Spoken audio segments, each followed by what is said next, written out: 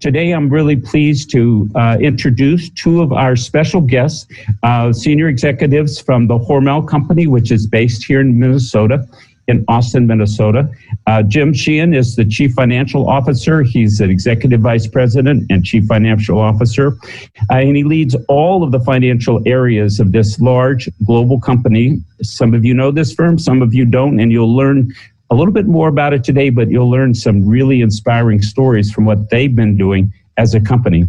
His career started at Hormel back in 1978. Over the years, he's had many different management, financial leadership positions, but he was named Chief Accounting Officer and Vice President and Chief Financial Officer in 2016. He has a bachelor's degree from Missouri Western State University, and he's the distinguishing alumni from that very important university in a state that's just a little bit south of us here in Minnesota. He's also a graduate of the executive program at the Carlson School of Management at the University of Minnesota. Amy Sheehan is the Director of Talent Acquisition. She's a native of Chicago. You'll see a very nice picture of Chicago behind her today, and the graduate of University of Wisconsin at Stout, pretty near us here, just a little bit east from where we're sitting today. She began her career in public relations in Orlando, Florida. After a while, she moved back to Chicago. She began in the field of human resources as a recruiter, and she's worked for Ernst & Young and the American Dental Association before coming to Hormel to join the team. One of the things that she says that inspired her is something that inspires me also about Hormel, the purpose. Inspired people, inspired food. And you'll hear that vision, you'll hear that purpose, that mission, that tagline in their examples and in their stories today. Very recently, she's become the corporate recruiter in charge of talent acquisition. We're going to hear some of the special things that they've been doing successfully as part of their response to help revitalize, to help recover, to help employees and others to make sure that they come out of this pandemic stronger. So, Jim, let me start with you. You can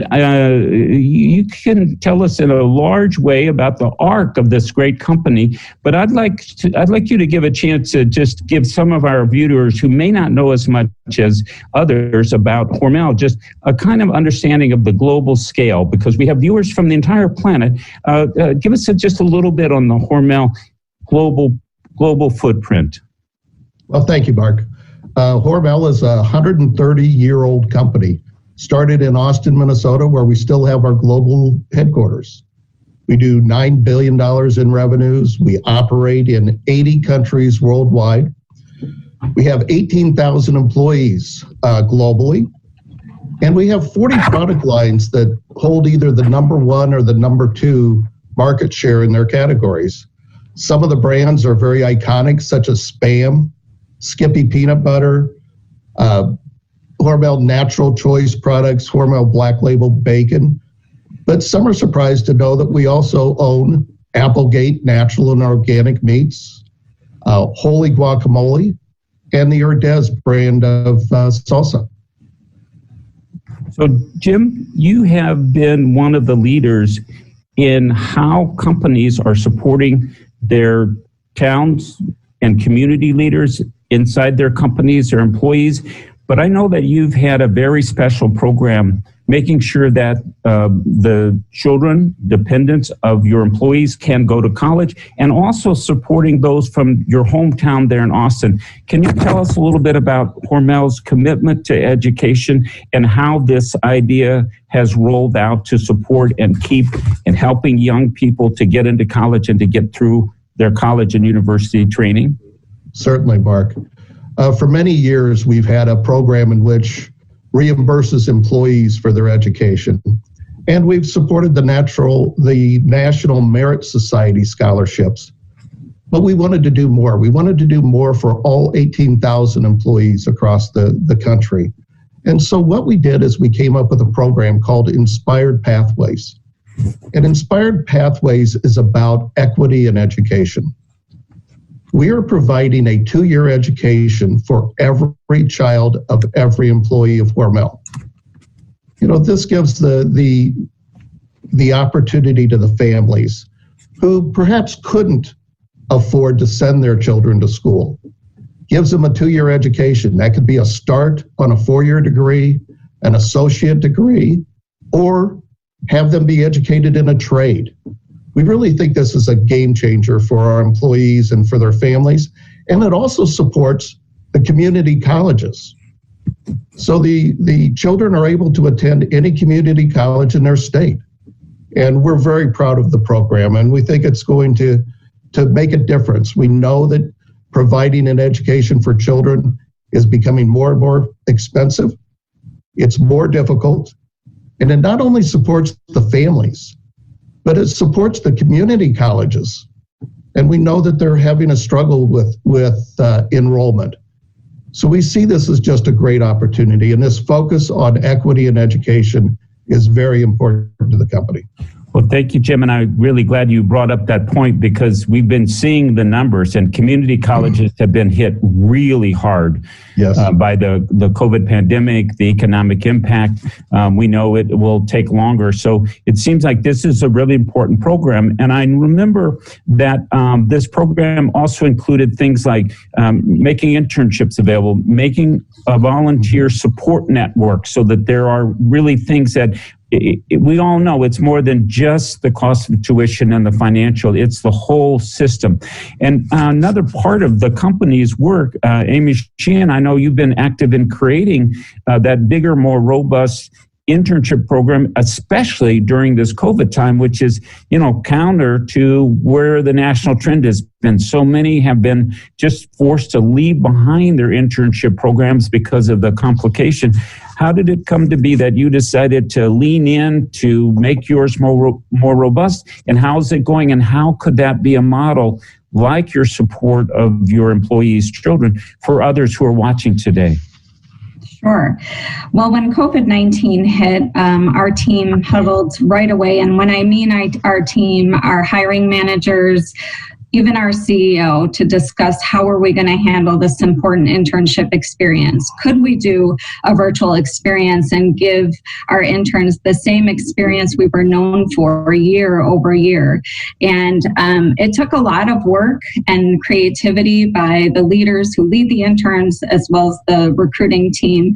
But it's an important part of our recruitment pipeline here at Hormel. And in fact, about 70% of our interns convert over to full-time employees. So it's very vital to our success as an organization. As a matter of fact, Jim Sheehan was one of the first, I would say, adopters of the internship program. I think you had some of the first interns at our company, Jim. Yeah. And so we have one of the top internships in the country, and we recruit all over. We have about 3,000 applicants for about 60 interns. And those interns, that some of these positions were filled back in October. So these interns were depending on this experience. So it was very important that we created an experience that would rival what we had given them in the past, as well as for us too. Well, it seems like your example is being seen. I know you've been getting very important recognition for, within the United States, being recognized as one of America's most responsible companies. Can you think about these things with that UNESCO theme, the Recover and Revitalize Education for the COVID-19 generation? It seems like as a company, you've had to face your own challenges, but you've also been able to think larger and to think about education, which of course is for the whole society. Yeah, I think it's really important. I think one of the populations, we were all hit by COVID-19, but one of the populations that probably struggled the most were our students. It was a time of uncertainty and a time, and when I say our students, I mean across the world. The students, that was their social network. That was how they learned. And to flip a switch and have everything be virtual, it was a big challenge. So I think Hormel's commitment to that was to really provide an experience that education is not just in a classroom. Education is also learning on the job and learning, these experiences that they get at our corporate headquarters or at many of our offices or facilities. So for us, it was very important to give them that piece of their education that they deserved as well. I know Austin, Minnesota is a very unique place, a very high number of residents who come from all over the world there. And I saw that you got some fantastic national press because of the way that the South Sudanese community has become really integrated, and how sports, especially basketball, has been a kind of a crucial thing. Those stories have made it around the world, and it's a great tribute to the Austin community. I wonder, when you think about talent attraction and retention, if you see that how Hormel has tackled in various ways this pandemic will give you a different way of talking to the thoughtful, young, talented people coming out of our schools and colleges and universities about why Hormel is the place they should come to be inspired, as you state in your motto. Yeah, I think it is incredibly important. I think we're doing a lot of programs, Inspired Pathways being one of them. We're offering internships at younger ages in some of our manufacturing facilities under Jim Sheehan's group. So getting access to those students who have the roots in the communities in which we are based is very important to sustaining that talent and attracting it into long-term careers here at Hormel. And can you give us any examples of how that's going? I mean, it seems like you are the person who's, let's say, on the hot seat, so to speak, talent attraction. This is something that, especially in Minnesota, all of our companies talk about the great challenge in general. Yes. How's it going for you? So I think being, really involved at the high school level and, community college level, I think Inspired Pathways is going to give us that edge to follow those students who are going through the Inspired Pathways programs at our community colleges and create that communication with them to let them know of the opportunities within our organization at the professional level and at all levels.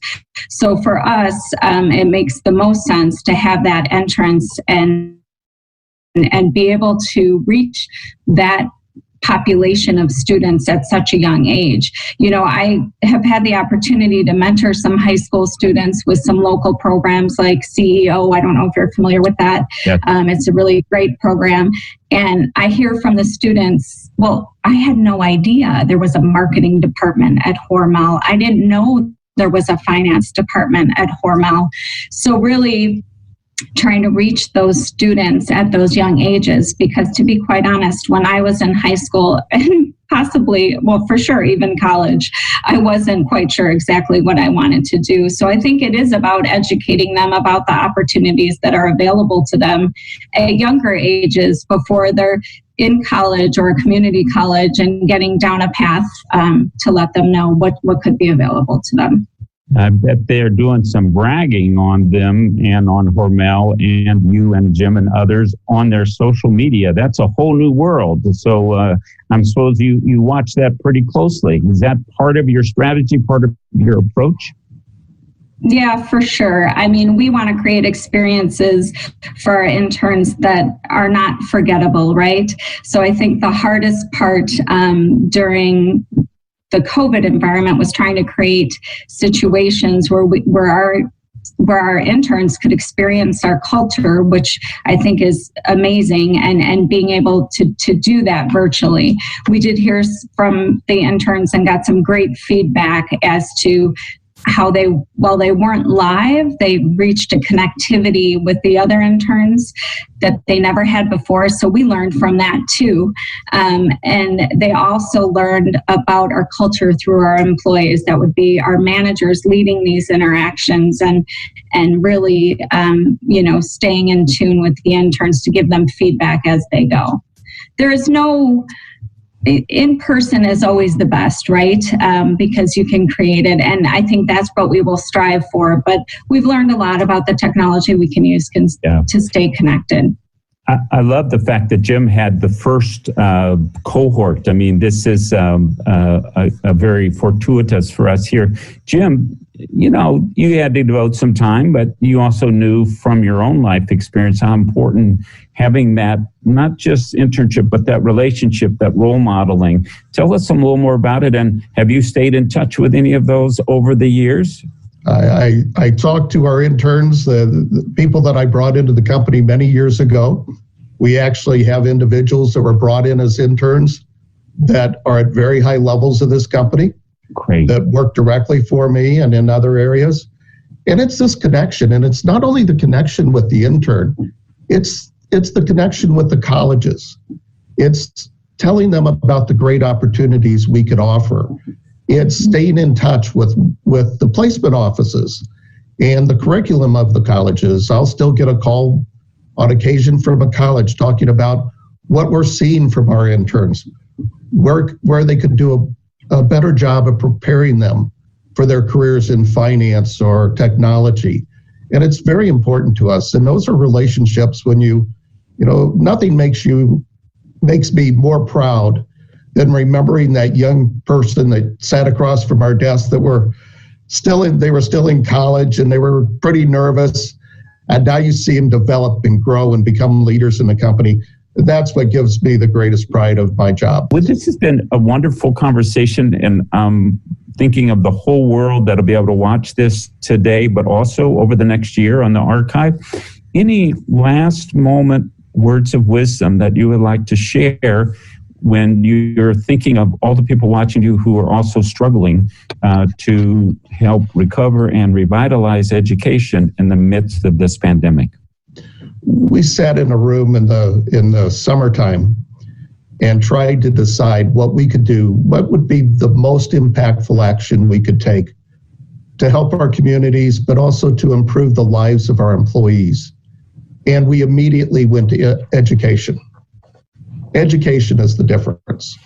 If we could help our employees with the education of their children, we knew it would be a game changer. It's a dream for some of these people who were like me, a first-generation college graduate. We understood how difficult it was, not only from a financial standpoint, but we have virtually had hundreds of employees volunteer to help these children fill out their college applications, help them get through the process. And we knew the key was education. And not just for now, but for the future. We could really change the world with education, and it's that important to us. And we're very committed to education and for our employees and their children. Well, Jim, thank you so much, Jim and Amy, for sharing those experiences here today. I look forward, again, to come down and visiting again, but I'm also looking forward to hearing the stories of others who you've inspired as they take your ideas and adapt them and bring in others.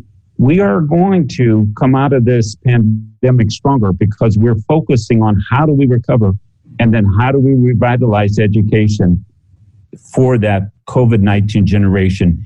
Thank you again. Have a great day.